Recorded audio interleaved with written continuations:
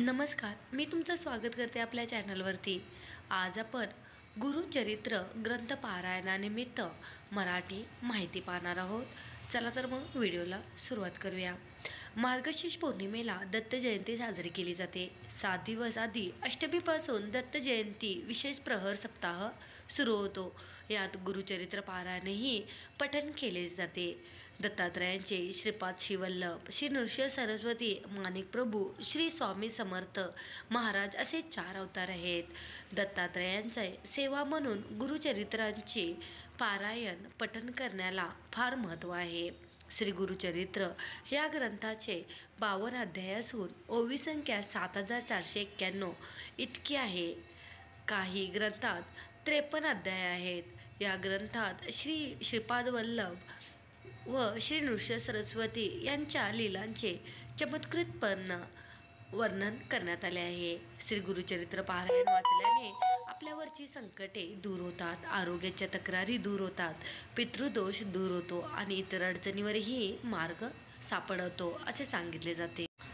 दत्तावतार श्री नृसिंह सरस्वती यांच्या प्रेरणेनेच श्री गुरुचरित्र लिहिले गेले।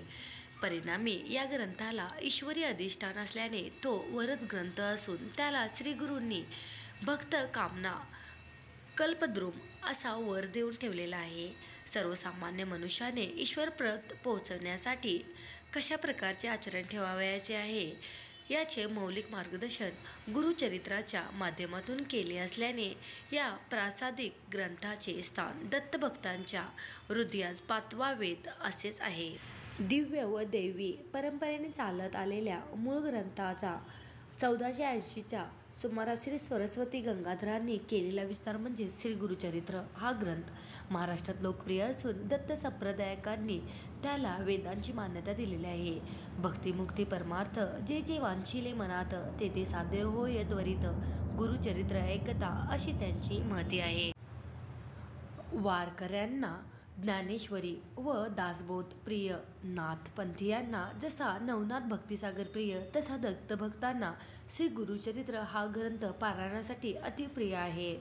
श्री गुरुचरित्रात वाङ्मय सृष्टीसहून एक उच्चतर अशी चिन्मय सृष्टी आहे आणि म्हणूनच यातील प्रत्येक ओवी परमेश्वरी शक्तीने भरलेली असून कोणी प्रखर विरक्ती व अविचल भक्तीने या दिव्य ग्रंथाची पारायण करेल त्यांचा प्रपंच आणि परमार्थ दोन्हीही सुखाचे होतील।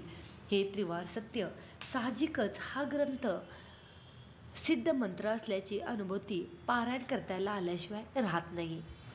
या ग्रंथातील तत्वज्ञान हे सत्वानुभव, आत्मज्ञान व आत्मसाक्षात्कार होण्यास पोषक आहे।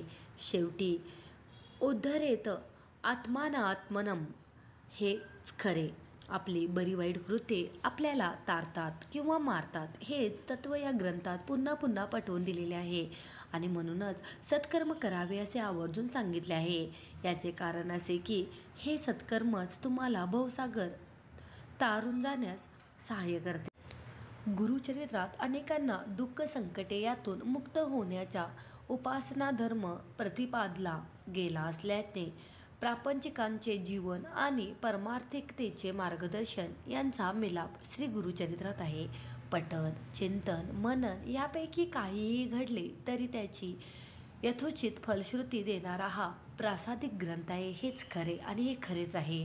आज आपण गुरुचरित्र पारायणानिमित्त थोडक्यात माहिती पाहिलेली आहे।